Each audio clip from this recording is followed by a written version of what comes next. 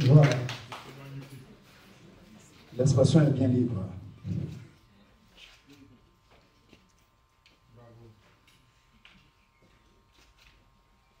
Oui, pardon. Oui, Axel. Donc, on va quand même donner un peu la parole à Lucky pour oui. parler un peu Oui, bien sûr. de sa chanson. Je ne parle pas. Rigole, je veux. Merci. Alors, Lucky, Merci bien. déjà, on va s'intéresser au titre. Pourquoi le choix de ce titre? Franchement, je ne sais pas. Ça va être simple. J'en sais rien du tout. En fait, Pablo m'envoie le son. Je vous explique tel que Pablo m'envoie le son et me dit, le thème c'est Black Jesus, fais ce que tu veux. Qu'est-ce que je fais? Je fais des crêpes, des frites, je ne savais pas ce que je fallait faire, franchement. J'écoute le son, mon cœur bat à 100 000 à l'heure, donc évidemment, coup de foudre. Et le stylo, j'ai pris le stylo, c'est parti, la mélodie est arrivée, hop, terminé. Voilà, ça s'est fait comme ça, donc j'ai pas d'explication. Quand vous avez entendu un titre comme Black Jesus, qu'est-ce que ça vous a... Quand il m'a donné ce thème Black Jesus, évidemment, il ne m'a pas convaincu, puisque de moi-même, déjà, il y a longtemps, je suis souvent en duo avec un ami congolais qui s'appelle Serge Félix Chikaya. Donc, il y a très longtemps, ça fait 30 ans que je chante avec lui. Je vous explique un peu pourquoi je fais le lien. Donc, j'étais au Congo, tout ça. Il y avait plein de choses dans ma vie reliées à l'Afrique, le coup de foot de l'Afrique aussi, depuis très jeune, depuis tout petit en fait.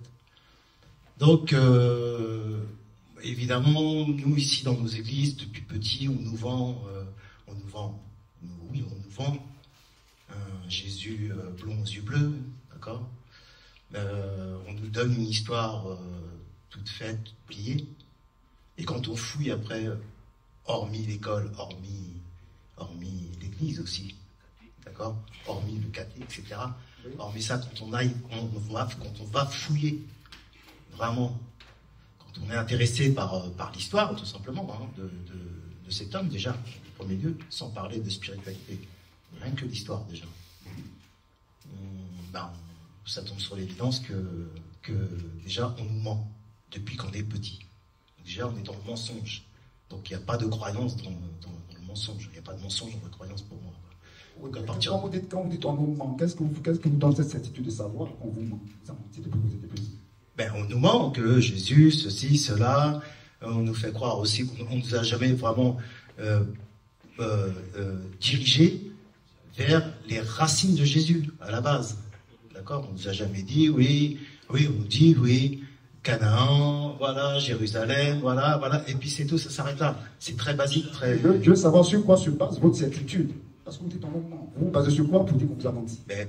Par rapport à ça, moi quand j'ai été voir après de ce qui se passait, quand tu connais un peu l'histoire de Jésus, évidemment, Jésus était africain à la base, d'accord, puisque déjà le berceau de l'humanité est l'Afrique à la base. Au départ. D'accord. Donc il n'a pas pu être... on nous a vendu comme un Européen, comme un Jésus européen. Jésus n'est pas européen, Jésus est le tout. Et avant d'être... Silence dans la salle, s'il vous plaît. Silence, s'il vous plaît. Silence, s'il vous plaît. Silence dans la salle, s'il vous plaît. Jésus est avant d'être. Donc il a été avant ça, et en Afrique en premier lieu. Enfin, de ce qu'on connaît, nous, de l'histoire un peu.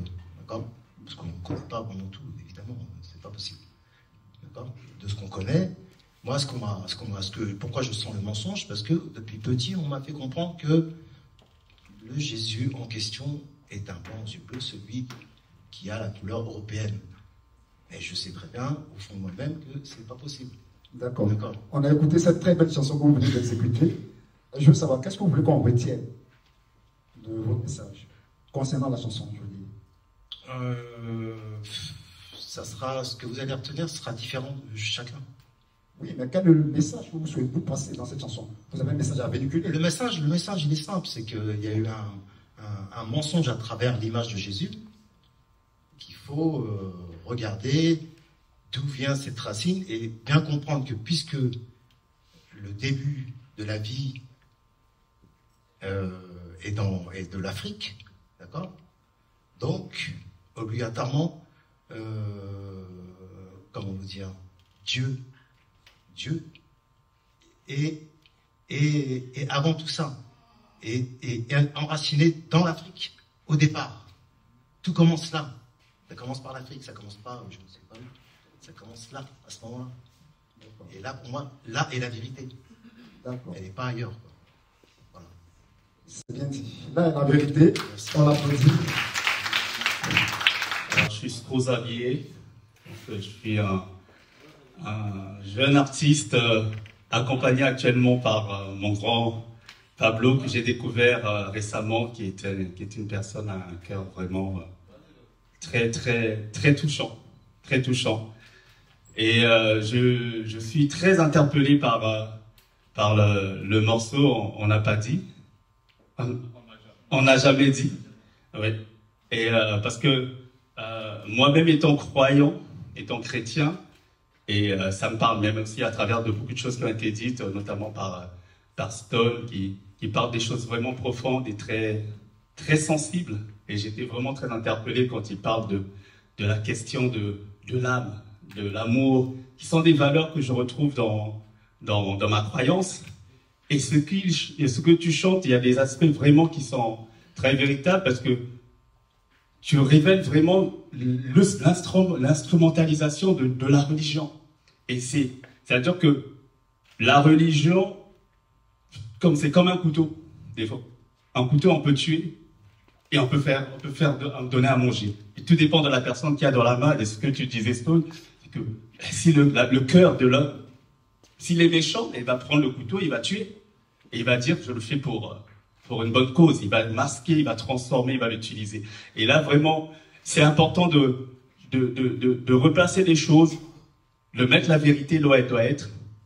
C'est-à-dire que si Jésus n'était pas blanc aux yeux bleus, il ne faut pas le mentir. S'il n'était pas chinois, il ne faut pas mentir. Il faut remettre la vérité à sa place. Et vraiment, c'est bien de dire les choses. Et ça me laisse un peu sur ma faim, quand même, parce que étant donné que j'ai cette croyance chrétienne et que je crois que la foi n'est pas dans l'aspect physique de l'homme, comme la foi, elle est basée sur l'aspect invisible de l'homme. Et ce Jésus, en réalité, c'est vraiment une bonne question de dire Black Jesus. Pour moi, c'est pas une réponse, c'est une question. C'est ce Black Jesus qui est matérialisé comme Black Jesus.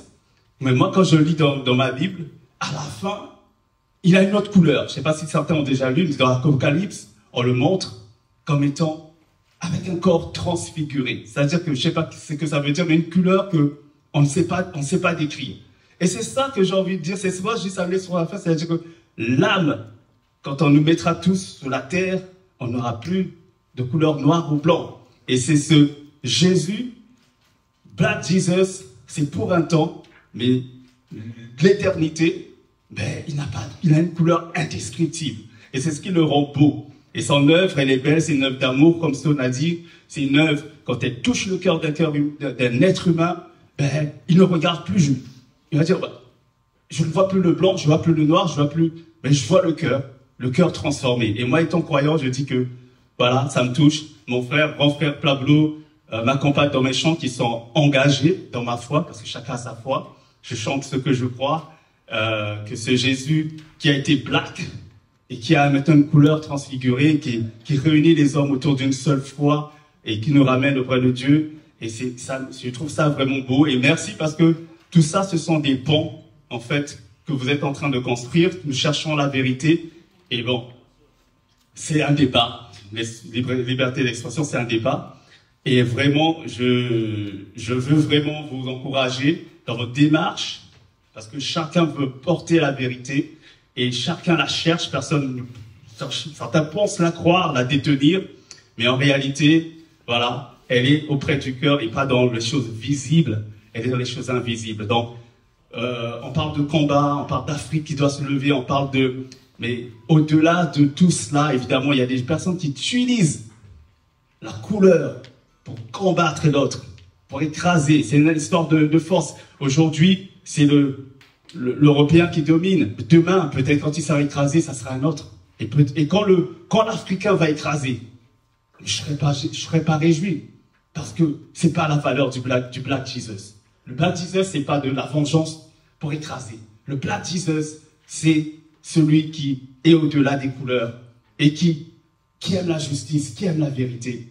Parce qu'une fois qu'on sera se taire, voilà, la couleur n'aura plus d'impact. Donc voilà, moi c'est ma croyance et je vous encourage vraiment à chercher la vérité à travers ce que vous faites, libérer la vérité. Voilà. Merci beaucoup. C'est un sujet qui semble sensible, mais qui mérite d'être débattu parce qu'on nous a beaucoup menti. Alors, une intervention du docteur Hyacinthe Lebou, voilà, qui va intervenir concernant la chanson de votre cher ami. Alors, vous avez la parole. Bonsoir, je suis Hyacinthe Lebou. J'allais reculer un peu pour parler de la position des Africains et de ce qui est dit. Je voudrais juste donner une histoire qui est contée sur Hitler, qui, entouré de ses généraux, de tous ses lieutenants, a pris une poule, il serre la poule sous l'aisselle et puis il lui arrache les plumes les unes après les autres. La poule est en train de caqueter de douleur.